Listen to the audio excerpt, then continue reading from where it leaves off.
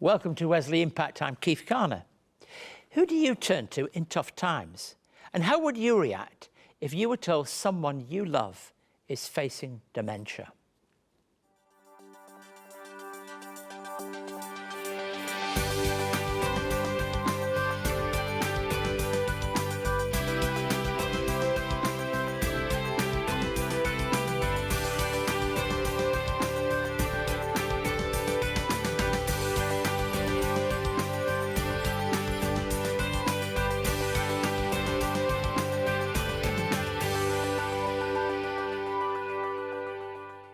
A warm welcome once again to Wesley Impact. Coming up, we've got an amazing show because I'm going to be speaking to Richard Grellman as he shares something of his personal story of having to deal with a young onset dementia wife, Sue Ellen, and all the challenges that brings. Lucy Fisher will join with us to sing It Is Well With My Soul. We'll take a look at another project run by Wesley Mission's Family Services in Western Sydney. And I'll be speaking on Psalm 16, which gives us an insight into the importance of our Christian lives and what a difference it can make in enabling us to find faith and hope in the most difficult of circumstances. Both in my later conversation with Richard and our exploration in Psalm 16, we'll find that faith is a very present reality. And when activated and alive in our daily living, in the most challenging of circumstances, they can be faced. It doesn't make them disappear, but it does give us the strength and peace we need to be able to carry on. Last week, we saw how Wesley Mission's work in Quakers Hill amongst young mothers has become more than just a playgroup.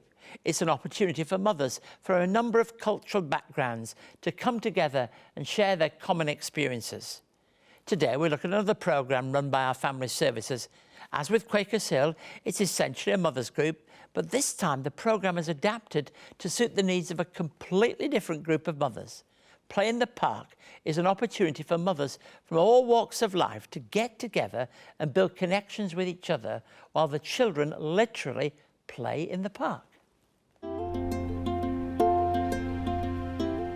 Play in the Park is a community playgroup and it's open to all the community, and we encourage families with children from 0 to 5 years to come and participate. It's a program that gives children the opportunity to play in various different equipment, and then the mums and parents and carers and grandparents an opportunity to sit down and chat and bond with their children. I've been with Play in the Park for over 12 months now, and in that time I've seen lots of families coming along. I think we average about 20 families every week. My name is Julia Barban. I have 6 kids. We got invited down by a friend and we found the people lovely. You can come here in a really bad day and in a really bad mood. Even your children can come here in a bad mood and they will leave happy, exhausted and ready for a sleep. So that is a half a day off for us mums. You can just actually come, join, relax and play, because a lot of the time at home you're working and you don't get the actual time to relax and play with your kids and also chat to people. It's good to chat. You can have a little play and a chat and play and a chat, so yeah. I think the main benefits for the children is that they have the opportunity to experience age-appropriate play, which is suitable for their particular stage of development. And we try to provide an atmosphere where we are targeting the 4 childhood development areas. And they get to make friends and they are getting connected to their community, which is really, really important, because what's happening here, they're developing friendships and social connections. And many of these kids are going to go to the same school when they turn 5 or 6 years old. So they're developing friendships now that's going to carry them on through to their school years, which is really, really important. What I love about Play in the Park is you've got a great atmosphere. They have all things here that you don't normally have at home that they can play with. Tires them out. But yeah, they get to interact with other kids as well, and you know, you can be down at the local shop and bump into another mum and you just feel connected and part of a family. So I haven't personally been part of another group, but from hearing mums here, a lot of other groups, sometimes, you know, they cost a fair bit of money to join and then you're obligated to go every week, where I find Play in the Park, you can come down. If you can't make it one week, you don't have to feel bad because they're here every week. If you can make it, you make it, and they just make you feel part of the team, and it's a family, I think, yeah.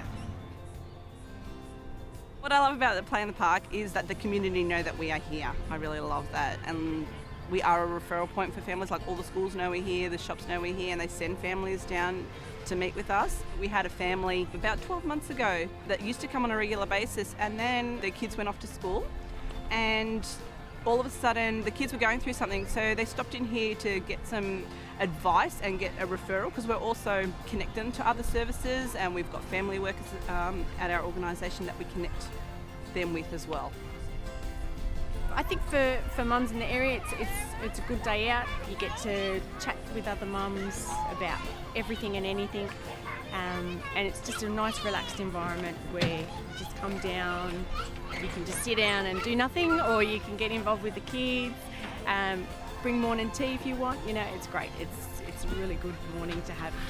Play in the Park is absolutely awesome for us. They are completely supportive and not judgmental. If there's something that I personally can't, what are you doing? Say hi to the camera. If there's something personally I can't figure out for myself, and they have the resources to help me, they actually help me do that too. Yeah, it's just a great play. It really is.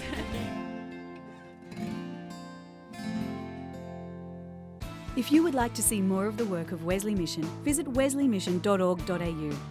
You can watch loads more videos, catch up on past episodes of Wesley Impact TV, find out about our diverse range of services, and get involved to help make a positive difference in your community. You can also connect with us on social media and stay up to date on the latest news and information from Wesley Mission. wesleymission.org.au. So here's the second part of that interview. In the first part with Richard Grellman, we talked about his corporate professional career and focusing on his personal life in that career. We mentioned the fact that the interview is taking place at our Easter mission, actually, in our Wesley Mission Centre in Pitt Street, Sydney, before an audience of about 150 people. Now, the second half of this interview, I asked Richard about his experiences of finding out and having a wife who was battling young onset dementia. Just listen to this conversation. Richard, I know that the Christian faith means a great deal to you, and you are the kind of person, because you were helpful to me at one time, you're prepared to talk with people and meet with them and share from your own experience. You have that career, but just a few years ago, a small number of years ago, your life began to change. Would you like to tell us about that? Very happy to. It wasn't that bad wipeout you're talking about, was it? No. About 10 years ago, my wife started showing signs of forgetfulness. And for about 5 years, and that's about how long it takes family to actually get round to confronting what turned out to be Alzheimer's. We finally got her diagnosis some four and a half years ago. And that was a pretty confronting moment in time. She's just turned 64. She has what's called young onset Alzheimer's, and she went into residential care a little over 12 months ago. But between her diagnosis and going into care, we were given the opportunity to live the rest of our lives as a couple, which was a wonderful privilege. And we sat down when we got the diagnosis, and we were rather encouraged, because prior to that we hadn't been told what was really going on by the medical profession. And I switched to a new physician who was very direct and very crisp, and said, well, you've got Alzheimer's, Sue Ellen, there's no cure, it's a terminal disease, get your affairs in order and enjoy the few years you've got before you can't do anything else. And so we got on and had a wonderful time with our kids, our grandkids, and I've been on that journey with Sue Ellen for really the last 10 years. And at the moment, she's very compromised, and she's in a Hammond care facility at North Turramurra, and it was becoming difficult for her to even go out for a cup of coffee. And so staff there about early December said, well, it's time for you to let Sue Ellen fall into our arms, which, beautiful turn of phrase, because she needs assistance with every aspect of daily living. I want to ask you two things. One, I'm sure in the kind of business world that you've been involved in, you've learnt a lot of things by learning from others and from reading, from sharing with others on courses, training, all that kind of thing. Nothing quite prepares you for this, does it, really? No, and in fact, the work I did at KPMG was pretty much fixing up messes that other people had created. And I think for the first 6 months or so when Sue Ellen was in care, I was fussing around and trying to fix up her and make her comfortable and settle in. And a close friend of mine actually pulled me up and said, Richard, you know what you're trying to do? You're trying to fix something that can't be fixed. And of course I was too close to the issue, and so I had to step back somewhat. I see Sue Ellen pretty much every day because you know, I'm on this journey with her, but and if I don't see her pretty regularly, I get a bit unsettled. I just feel like I need to be there, but in a practical sense, there's not much that I can do now. And making that decision, and when you, if you remember when we talked, you talked about that final day being such a significant and painful one, but made easier as well. Look, yes, I had decided that Sue Ellen had to go into care about 3 weeks after I took that decision. I'd found the place for her to go to. Was all the paperwork was done. It was lined up, but there's no real roadmap to follow, and I'd decided not to really tell her until the afternoon before, because I just didn't think there was any merit in allowing her to be aware that her life was about to fundamentally change. So I'd decided to tell her at 4 p.m. on the Sunday that she was going to go into care the following morning. And, you know, a huge moment. I'd rehearsed what I was going to say.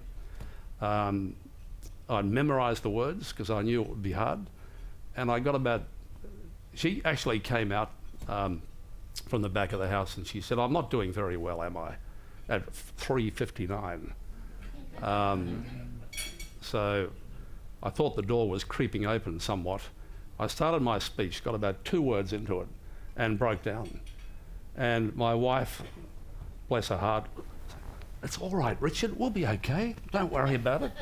So here she was comforting me, which I think is a testament of her great qualities. And so, you know, going to bed that night with your life partner knowing that it's the last time and waking up in the morning, you know, words can't describe how sad that is. Richard, that second issue relates to Christian faith. It's Holy Week. We're talking about what our faith means to us. And what would you say to people about that faith in the middle of what was a very difficult, and is a difficult, situation? Well, I know that millions of people have very similar or perhaps worse experiences that we're going through, but I'm not sure I could endure it without a faith. It's been fundamentally important and helpful to me and Sue Ellen. We're both Christians, and it's just given us a sense of destiny, a willingness to accept that there is a greater purpose in all of this. We don't really understand what that is, and that at the end of the whole journey, everything will be fine. But this is just a little break in proceedings that we just have to work our way through. I think as a Christian and with the Bible in your hand, you can see that there is a bigger story in play, and I find that very comforting. Richard, I've got no doubts that this has been very different for some people this morning. You've not told a story just of how you've succeeded in an area, got to the top of something. You've told a real story of somebody who in the business world has got to the top, but who has tackled, is dealing, continually on a journey in a very difficult circumstance. I want to thank you for being willing to do that as a Christian in this important week. So let's thank Richard for his contribution.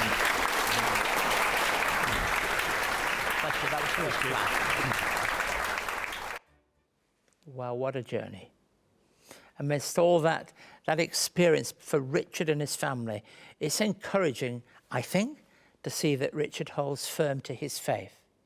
Now a song that speaks to the very heart of standing firm with God through the toughest of times. It is well with my soul. Now this song was written by Horatio Spafford over 120 years ago after he lost his children at sea. Retracing their journey, he stood on the bow of the ship where it said that the people went down, and he wrote this song. Please welcome Erica Crocker as she sings It Is Well With My Soul.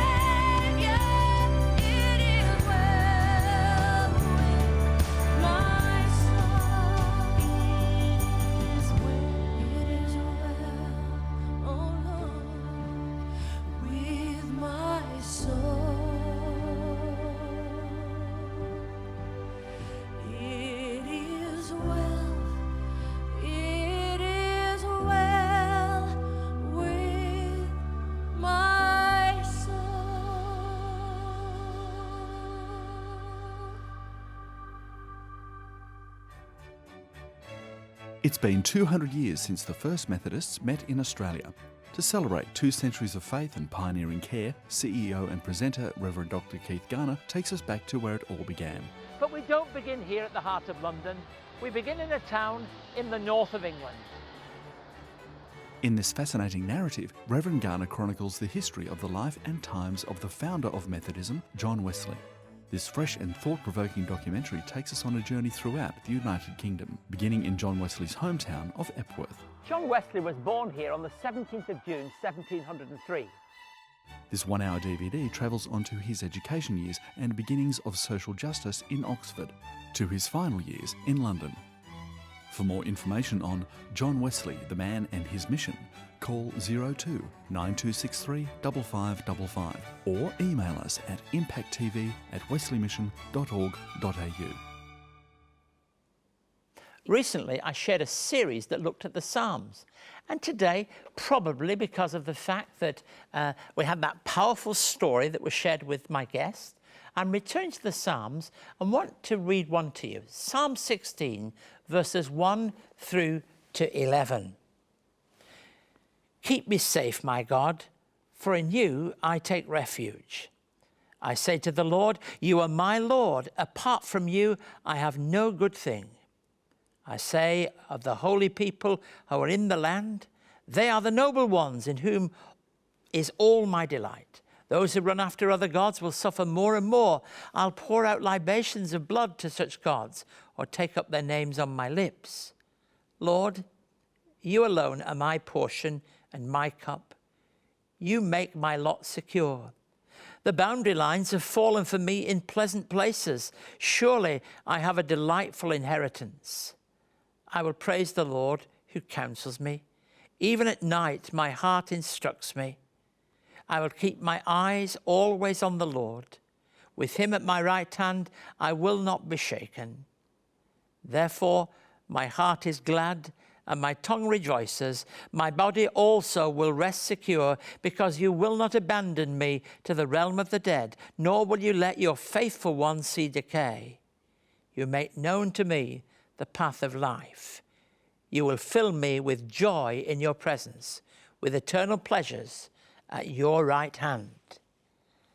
Now this psalm opens up with a prayer and a longing for God's safety, but in reality it's much more the testimony of one who's able to share of how God has been with him in challenging times, from darkness through to the dawn, to daylight. It's a calling that each of us have as we walk the Christian life. We're not given promises that all will be easy, nor that we'll be able to face every day with enthusiasm. However, we are assured that if we place our confidence in God, this will not only give us a present faith, but a future hope. I particularly want to consider verse 8, where we read how God is always with us and beside us. There in verse 8, these are the actual words that we read. I keep my eyes always on the Lord. Gosh, what a thought. Many of our concerns take on fresh magnitude as we focus on God. Here David learns the spiritual lesson that he will not be shaken despite the challenges. Keeping our eyes fixed on God is so very important. We can even rejoice when things are difficult. I mean, verse 9 is really hard. Therefore my heart is glad, my tongue rejoices, my body will also rest secure. You mean in difficult times? God will never abandon us. Verse 10, because you will not abandon me.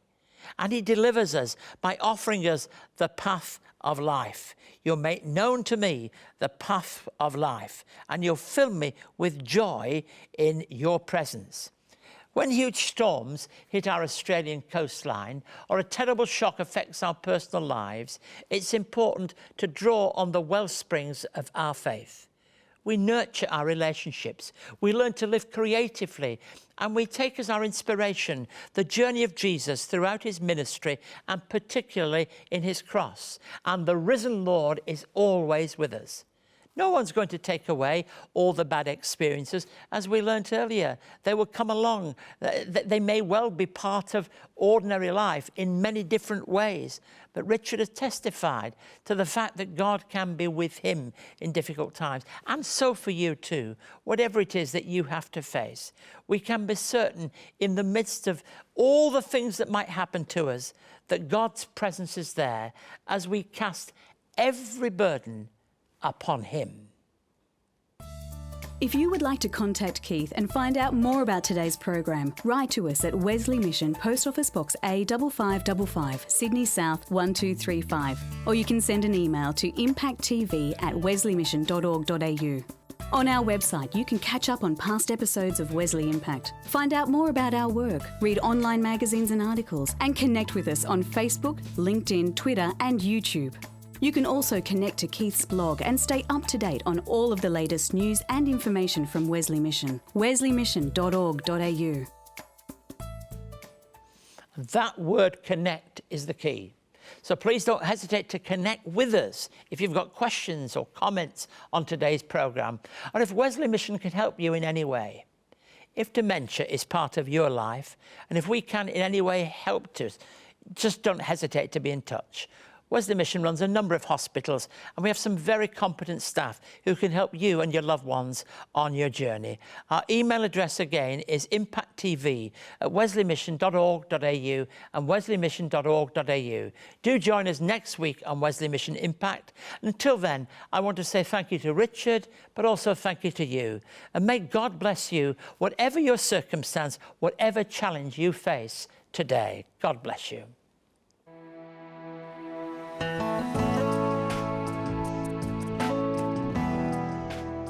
Wesley Mission cares for more than 4,800 patients with mental illness each year through Wesley hospitals. To find out more, visit wesleymission.org.au.